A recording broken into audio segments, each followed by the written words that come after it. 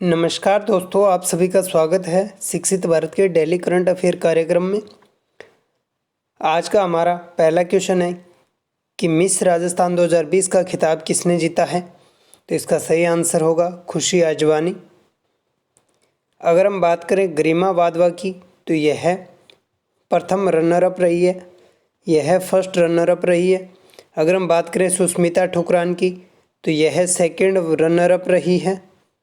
अगर हम बात करें आरुषि सिंह की तो यह थर्ड रनर अप रही है।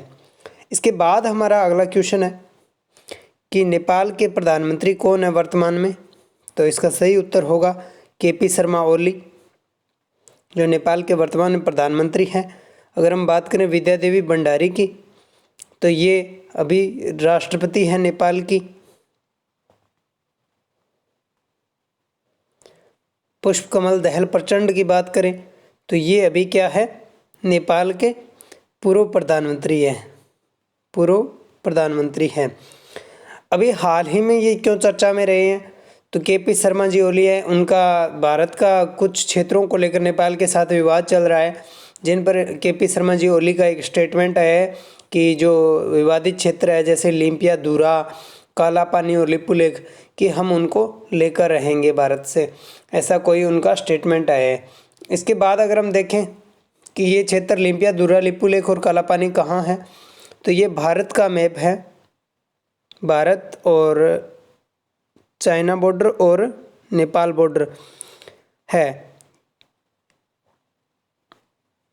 ये भारत का यहाँ पर उत्तराखंड राज्य पड़ता है और इधर ये नेपाल है और ये तिब्बत आ गया, ये तिब्बत आ गया। जो चाइना के अंडर में है। तो ये जो क्षेत्र है काला पानी, लिपुलेख और यहीं पर पड़ता है लिम्पिया धुरा, इनको बोल रहा है नेपाल की ये हमारा हिस्सा है, जबकि भारत की तरफ से ये कहा जाता रहा है कि यह उत्तराखंड के पिथौरागढ़ जिले का ही भाग है। और इस मैप के अंदर हम और महत्वपूर्ण चीज़ें देखें तो यहीं पर केदारनाथ है महत्वपूर्ण तीर्थ स्थल, यहीं पर नैनीताल है धार्मिक स्थल, और यहीं पर क्या है नंदा देवी, यहीं पर क्या है नंदा देवी अभयारण्य है, यहीं पर क्या है नंदा देवी अभयारण्य है। और इसी राज्य से ही क्या है गंगा और यमुना नदियों का उद्गम होता है। ये यहाँ से गंगा और यमुना नदियाँ निकलती है। और अगर हम देखें तो इसकी एक सहायक नदी है काली नदी। काली नदी किसकी सहायक नदी है, गंगा की। तो उस नदी के पूर्व की तरफ पड़ते हैं काला पानी, लिपुलेख और ये। और यहाँ पर ये जो दो झीलें दिखाई दे रही हैं उनमें ये पूर्व की तरफ वाली जो झील है, ये जो पूर्व की तरफ वाली झील है इसका नाम है राक्षस ताल। अगर हम इसके जो पश्चिम वाली झील है इसके बात करें तो यह है मानसरोवर झील।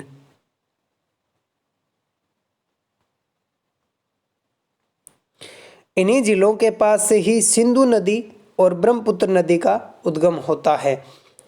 और यहीं पर ही कैलाश पर्वत श्रेणी है और यहीं पर ही जो कैलाश पर्वत चोटी है वो अवस्थित है। धार्मिक स्थल के रूप में भी इसकी मान्यता है। और अगर हम इसके बाद देखें कि नेपाल और ये जो विवाद है इसकी पृष्ठभूमि के बारे में देखें तो सुगोली समझौता है, एक सुगोली समझौता। तो नेपाल के अनुसार सुगोली संधि है जो 1816 की है, के तहत काली नदी जो अभी हमने बात की है इसके पूर्व में अवस्थित सभी क्षेत्र हैं जिनमें लिम्पिया धुरा, काला पानी, लिपुलेख शामिल है, वो नेपाल के ही अंग है।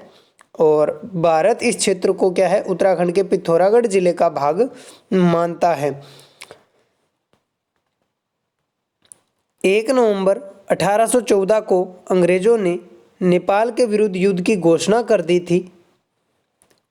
यह युद्ध आगामी 2 वर्षों तक चला था और वर्ष 1815 तक ब्रिटिश सेना ने गढ़वाल कुमायूं से नेपाली सेना को बाहर कर दिया था। उसके 1 साल बाद 1816 में सुगोली संधि पर हस्ताक्षर के साथ ही यह युद्ध समाप्त हुआ था। इस संधि के तहत नेपाल की सीमाओं का निर्धारण किया गया, जो आज भी मौजूद है, और भारत इसको मान रहा है और नेपाल उसको मान रहा है। तो समस्या यहाँ आ रही है। इसके बाद हमारा अगला क्वेश्चन है कि अत्यंत ठंडे स्थानों पर तैनात सैनिकों को ठंड से बचने के लिए हिमतापक नामक उपकरण है। हिमतापक नामक उपकरण है वो किसके द्वारा निर्मित किया गया है, किसके द्वारा निर्माण उसका किया गया है? तो इसका सही आंसर होगा डीआरडीओ। डीआरडीओ ने ही क्या है, हिमतापक उपकरण का जो निर्माण है वो किया है। और जो अत्यंत ठंडे स्थान है जैसे सियाचिन हो गया, लद्दाख हो गया, लेह हो गया, उन स्थानों पर जो हमारे भारतीय सैनिक हैं उनके लिए यह उपकरण तैयार किए गए हैं। अगर हम बात करें इसरो की, तो इसका जो मुख्यालय है वो बेंगलुरु में है, कर्नाटक की राजधानी। यह भारत के प्रमुख अंतरिक्ष एजेंसी है जिसके द्वारा उपग्रहों का प्रक्षेपण वगैरह किया जाता है। बेल एक सार्वजनिक उपक्रम है भारत सरकार का, और आईआईटी खड़गपुर है वो एक प्रौद्योगिकी संस्थान है। इसके बाद अगर हम बात करें कि ये जो उपकरण निर्माण किया गया है इसके बारे में और डीआरडीओ के बारे में, तो डीआरडीओ ने जो बर्फीले स्थान है वहाँ पर तैनात सैनिकों के लिए हिमतापक और स्लो स्नोमीटर नामक उपकरण तथा एलोकल नामक क्रीम का क्या है, निर्माण किया है। अब हम इनके बारे में देखते हैं। जो हिमतापक उपकरण बनाया है यह क्या है, उनके कैंप वगैरह को गर्म रखने में काम आएगा। इसमें 300 से 700 ml केरोसिन का प्रयोग किया जाएगा और वो क्या है, उनको गर्मी प्रदान करेगा, बंकर वगैरह और उनके जो रहने के जो आवास है उनको। अगर हम बात करें सोलर सोनोमीटर की, तो यह सौर ऊर्जा से संचालित होने वाली उपकरण है और इसके द्वारा क्या है 5 से 7 लीटर क्या है प्रति घंटे की दर से पीने का पानी उपलब्ध होगा इनको। और जो एलोकल क्रीम है, इस क्रीम का प्रयोग ठंड से लगने वाली चोट और घावों को से बचाव के लिए इस क्रीम का प्रयोग किया जाएगा। इन तीनों ही चीज़ों का जो इन भारतीय सैनिक हैं उनके लिए डीआरडीओ के द्वारा निर्माण किया गया है। डीआरडीओ का पूरा नाम defence research and development organisation of India है। रक्षा अनुसंधान एवं विकास संगठन इसका नाम है। इसकी स्थापना 1958 में की गई थी। इसका हेडक्वार्टर डीआरडीओ भवन नई दिल्ली में है और इसका जो मोटो है वो है बलस्य मूल विज्ञानम। इसके चेयरमैन है वो डॉक्टर जी सतीश रेड्डी है। इसके बाद हमारा अगला क्वेश्चन है कि हाल ही में कौन सा देश फिलोमोना नामक बर्फीले तूफान की चपेट में है? तो इसका सही आंसर होगा स्पेन। स्पेन है वो हाल ही में फिलोमोना नामक बर्फीले तूफान की चपेट में है। अगर हम बात करें रूस की, तो रूस है वो दुनिया का सबसे बड़ा, क्षेत्रफल की दृष्टि से दुनिया का सबसे बड़ा देश है।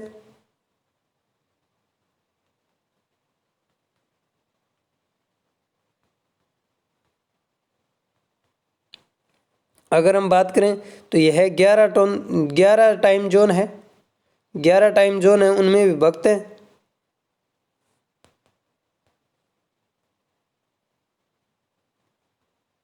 जो दुनिया में सबसे ज़्यादा मानी जाती है और दुनिया का सबसे ठंडा स्थान है बर्खोयंसक, वो भी यहीं पर पड़ता है।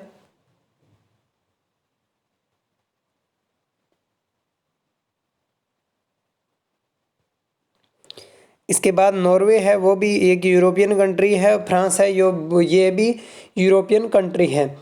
इसके बाद हम देखते हैं कि स्पेन है कहाँ, तो स्पेन ये यहाँ पर पड़ता है विश्व के मानचित्र के अंदर।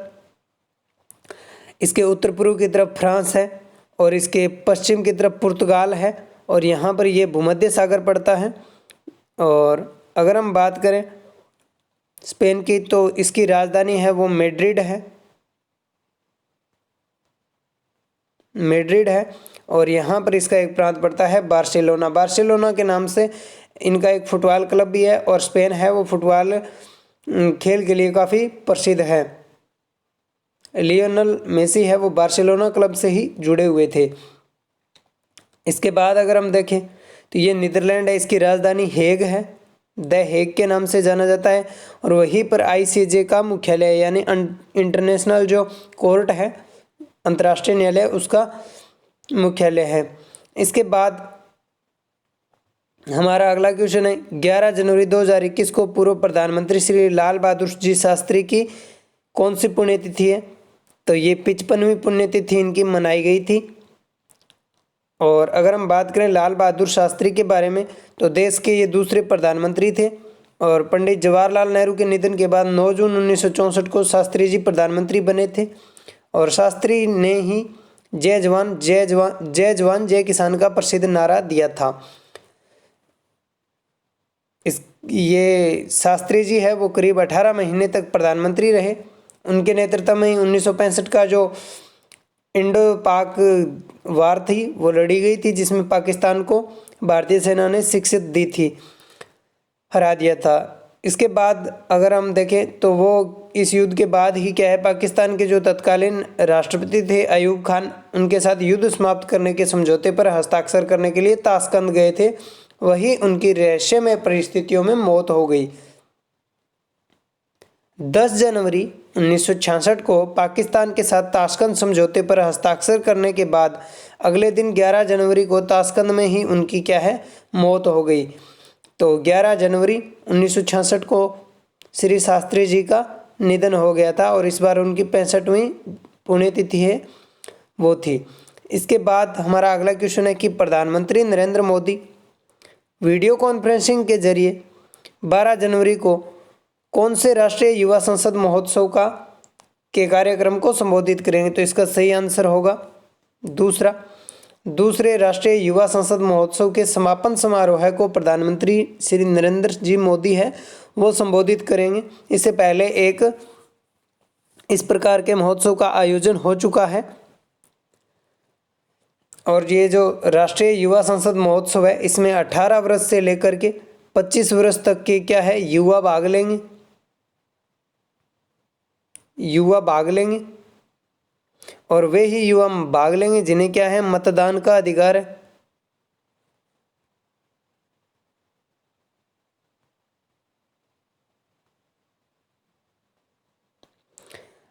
इसके बाद अगर हम देखें तो इस प्रकार का ये जो आयोजन है वो युवाओं में क्या है, लोकतंत्र के प्रति जागरूकता उत्पन्न और उनके विचारों का एक मंच उपलब्ध करवाना है, उनके विचारों को, जिसके द्वारा उन नए विचारों का क्या है, निर्माण हो सके। इसके बाद हमारा अगला क्वेश्चन है कि सीरम इंस्टीट्यूट ऑफ इंडिया यानी SII का मुख्यालय कहाँ पर है? तो इसका मुख्यालय है वो पुणे के अंदर स्थित है और ये हाल ही में अभी चर्चा में रही है। कोरोना वैक्सीन को लेकर के, निर्माण को लेकर के क्या है, अभी ये चर्चा में रही है। और मुंबई की बात करें तो ये क्या है, भारत की आर्थिक राजधानी मानी जाती है, इकोनॉमिक कैपिटल मानी जाती है। सालसेट नामक द्वीप पर बसी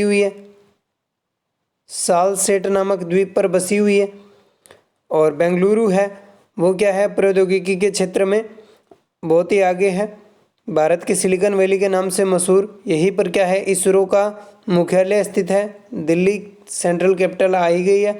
अब हम बात करते हैं सीरम इंस्टीट्यूट ऑफ इंडिया की क्यों चर्चा में रहा है और इसके बारे में। तो सीरम इंस्टीट्यूट ऑफ इंडिया है वो एक प्राइवेट लिमिटेड है और ये बायोटेक्नोलॉजी और फार्मास्यूटिकल्स के क्षेत्र में उद्योग करती है। इसकी स्थापना 1966 में यानी 1966 में आज से 55 साल पहले की गई थी और इसके संस्थापक है वो साइरस एस पूनावाला है। इसका हेडक्वार्टर पुणे में है और वर्ल्ड वाइड रेंज में ये कार्य करती है। और अभी इसके अधर पूनावाला है वो चेयरमैन, प्रेसिडेंट और CEO है। इसके जो प्रमुख प्रोडक्ट है उनमें vaccine, pharmaceuticals, generic drugs, over the counter drugs वगैरह शामिल है। 16 जनवरी से देश में केंद्र सरकार है वो टीकाकरण अभियान को हरी झंडी दे दी है और इसे दुनिया का सबसे बड़ा वैक्सीनेशन कार्यक्रम माना जा रहा है, दुनिया का सबसे बड़ा टीकाकरण अभियान माना जा रहा है। और 11 जनवरी 2020 को सीरम इंस्टीट्यूट ऑफ इंडिया को भारत सरकार ने 1 करोड़ 10 लाख टीके का ऑर्डर दिया है और कोरोना के प्रत्येक टीके की कीमत है वो 200 रुपये प्रति खुराक मानी गई है और यह केंद्र सरकार ने कोरोना टीके की ये जो दर है वो निर्धारित कर दी है। इसके बाद हमारा अगला क्वेश्चन है कि भारत के किस क्षेत्र में 11 जनवरी 2021 को 5.1 तीव्रता का भूकंप के झटके महसूस किए गए? तो इसका सही आंसर होगा जम्मू कश्मीर। जम्मू कश्मीर में ये 5.1 तीव्रता के क्या है, झटके हैं वो महसूस किए गए थे। इसके बाद अगर हम देखें तो असम है, असम की राजधानी है वो गुवाहाटी है। यहीं से ब्रह्मपुत्र नदी गुजरती है और ब्रह्मपुत्र नदी के अंदर एक द्वीप है माजुली। ये दुनिया का सबसे बड़ा नदी द्वीप माना जाता है और भारत का प्रथम नदी द्वीपीय जिला भी है। तमिलनाडु इसकी राजधानी चेन्नई है। दक्षिण भारतीय राज्य है मुंबई है, वो महाराष्ट्र की राजधानी है और देश की आर्थिक राजधानी है। इसके बाद हम देखते हैं जम्मू कश्मीर और भूकंप के बारे में। तो भूकंप को किसे कहते हैं? साधारण शब्दों में पृथ्वी में होने वाले कंपन को भूकंप कहते हैं। सामान्यतः यह प्राकृतिक घटना है जिसमें पृथ्वी के अंदर से ऊर्जा निकलने के कारण तरंग उत्पन्न होती है जो सभी दिशाओं में फैलकर पृथ्वी को कंपित करती है। लेकिन इसके कृत्रिम कारण भी, मानवजनित कारण भी हो सकते हैं, जैसे बड़े बांधों का निर्माण और परमाणु बम, हाइड्रोजन बम जैसे बमों का परीक्षण करना भी इसका एक कारण हो सकता है। इसके बाद जम्मू कश्मीर में आए इस भूकंप का केंद्र जम्मू के कटरा से 63 किलोमीटर दूर उत्तर पूर्व में पृथ्वी की सतह से 5 किलोमीटर गहराई में था। ये यहाँ पर इसका केंद्र रहा है जम्मू कश्मीर के नक्शे में देखिए। और उधमपुर, डोडा, किश्तवाड़ और पुंछ में भूकंप के झटके महसूस किए गए थे।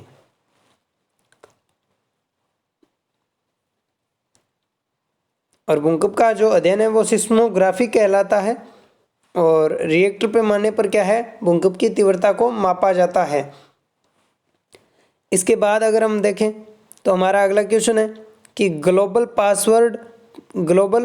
पासपोर्ट पावर रैंकिंग 2021 में भारत को कौन सा स्थान मिला है? तो इसका सही उत्तर होगा सी, भारत को 61वां स्थान मिला है। 19वां स्थान है वो अमेरिका को मिला है। 52वां स्थान है वो चीन को मिला है और 74वां स्थान है वो पाकिस्तान को मिला है। इसके बाद अगर हम देखें तो भारत अपने पासपोर्ट की ताकत के मामले में 61वें पायदान पर है और इसके साथ भूटान, बेनिन, गेबन, अल्जीरिया, फिलीपींस जैसे देशों को भी शामिल किया गया है। इंडियन पासपोर्ट पर 18 देशों में बिना वीज़ा के जाया जा सकता है, जबकि 34 देशों में पहुंचने पर वीज़ा मिल जाता है। भारतीय पासपोर्ट धारकों को 146 देशों में जाने से पहले वीज़ा लेना होता है। यह जो रैंकिंग है वो सबसे ज़्यादा देशों में वीज़ा फ्री और वीज़ा ऑन अराइवल के हिसाब से रैंकिंग प्रदान की जाती है। इसमें पहला स्थान जर्मनी को मिला है और जापान तथा साउथ कोरिया को, दक्षिण कोरिया को संयुक्त रूप से 5वां स्थान प्रदान किया गया है। अमेरिका को 19वां, चाइना को 52वां, भारत को 61वां, श्रीलंका को 70वां, बांग्लादेश को 71वां, नेपाल को 72वां, पाकिस्तान को 74वां स्थान प्रदान किया गया है। इसके बाद हमारा अगला क्वेश्चन है कि समुद्री रक्षा अभ्यास सी विजिल 21 का आयोजन कब किया जाएगा? तो इसका सही आंसर है 12 से 13 जनवरी को इसका क्या किया जाएगा, आयोजन किया जाएगा। और अगर हम इसके बारे में देखें तो सी विजिल 21 है। इसका आयोजन प्रत्येक 2 वर्ष बाद किया जाता है और वर्ष 2021 में इसका दूसरा संस्करण आयोजित किया जा रहा है और इसका पहला जो संस्करण है वो जनवरी 2019 में संपन्न हुआ था। और इस अभ्यास का समन्वय है वो इंडियन नेवी द्वारा किया जाएगा, भारतीय नौसेना द्वारा किया जाएगा। इस अभ्यास में समुद्र के तटवर्ती क्षेत्रों में मौजूद तटवर्ती 13 राज्य व केंद्र शासित प्रदेश, मत्स्य पालन करने वाले और तटवर्ती इलाकों में रहने वाले समुदाय भी इसमें शामिल होंगे। भारतीय नौसेना, कोस्ट गार्ड, कस्टम तथा अन्य समुद्री एजेंसियां सी विजिल एक्सरसाइज है इसके अंदर भाग लेगी। और इसका जो आयोजन का जो मुख्य उद्देश्य है वो क्या है, समुद्र की जो भारत के जो समुद्री सीमाएं हैं, तटीय सीमाएं हैं, उनको सुरक्षा प्रदान करना है और वहाँ पर लोगों में जागरूकता प्रदान करना है। क्योंकि मुंबई अटैक है वो भी क्या है, समुद्र की तरफ से आतंकियों ने प्रवेश किया था। इसके बाद हमारा अगला क्वेश्चन है कि 51वें भारतीय अंतर्राष्ट्रीय फिल्म महोत्सव में कंट्री इन फोकस कौन सा देश होगा? तो इसका सही आंसर है बांग्लादेश। बांग्लादेश है वो क्या है, 51वें भारतीय अंतर्राष्ट्रीय फिल्म महोत्सव में कंट्री इन फोकस देश रहेगा। इसके बाद अगर हम देखें कि ये कंट्री इन फोकस देश कौन सा होता है, तो कंट्री इन फोकस एक विशेष खंड है जो संबंधित, इस महोत्सव का एक विशेष खंड है जो संबंधित देश के सिनेमाई उत्कृष्टता और योगदान को मान्यता देता है। 1952 में स्थापित किया गया भारतीय अंतर्राष्ट्रीय फिल्म महोत्सव IFFI एशिया के सबसे महत्वपूर्ण फिल्म महोत्सवों में से एक है। प्रतिवर्ष आयोजित होता है और यह वर्तमान में गोवा में आयोजित हो रहा है पिछले कुछ सालों से। इस महोत्सव के 51वें संस्करण का आयोजन 16 से 24 जनवरी 2021 तक किया जाएगा। तो धन्यवाद दोस्तों, वीडियो को लाइक और शेयर ज़रूर करें।